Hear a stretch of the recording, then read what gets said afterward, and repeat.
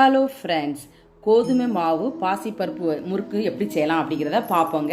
நான் பாசிப்பருப்பை ஒரு 2 மணி நேரம் ஊற வச்சுருந்தேன். அதுக்கப்புறம் குக்கரில் வேக வச்சுருவோன்னு பார்த்தேன். ஒரு 2 விசில் விட்டாங்க. கொஞ்சம் சால்ட்டு போட்டுக்கோங்க பருப்பு வேக வைக்கும்போது.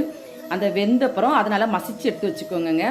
நான் கோதுமை மாவு 2 கப்புக்கு 1/2 கப் பாசிப்பருப்பு எடுத்துருந்தேங்க. கோதுமை மாவு 2 கப் எடுத்துருக்கேன்னா கொஞ்சம் பாசிப்பருப்பு நல்லா மசிச்சு வச்சுருக்கோமா, அதையும் போட்டுக்கோங்க. எள்ளு போட்டுக்கோங்க, நெய் 2 ஸ்பூன் போட்டுக்கோங்க, காரத்துக்கு லேசாக வத்தத்தூள் போட்டுக்கோங்க. நல்லா பிசைஞ்சு எடுத்துக்கோங்க ஃப்ரெண்ட்ஸ். இந்த மாதிரி சாஃப்டாக இருக்கணும். லைட்டாக சால்ட் போட்டுக்கோங்க. சால்ட்டு போட மறந்துடாங்க, ஏன்னா பாசிப்பருப்புக்கு கொஞ்சம் தான் போட்டேன். சால்ட்டு கொஞ்சம் போட்டுக்கோங்க. எண்ணெய் காஞ்சப்புறம் இந்த முறுக்கு பிழிவதற்குல அதை வச்சு பிழிஞ்சிக்கோங்க ஃப்ரெண்ட்ஸ். செம்ம டேஸ்ட்டாக இருக்கும். நான் இப்போ தான் ஃப்ரெண்ட்ஸ் இந்த சட்டியில், அதாவது இரும்பு சட்டியில் முறுக்கு சுடுறேன். எனக்கு சுத்தமாக வரலை, பயந்து செஞ்சு எப்படியோ வந்துடுச்சு ஃப்ரெண்ட்ஸ். ரொம்ப டேஸ்டியாக இருக்கும். என் பசங்க 2 பேரும் 2 நாளில் காலி பண்ணிடுவாங்கன்னா பார்த்துக்கோங்களேன். நீங்களும் உங்கள் வீட்டில் செஞ்சு பாருங்கள்.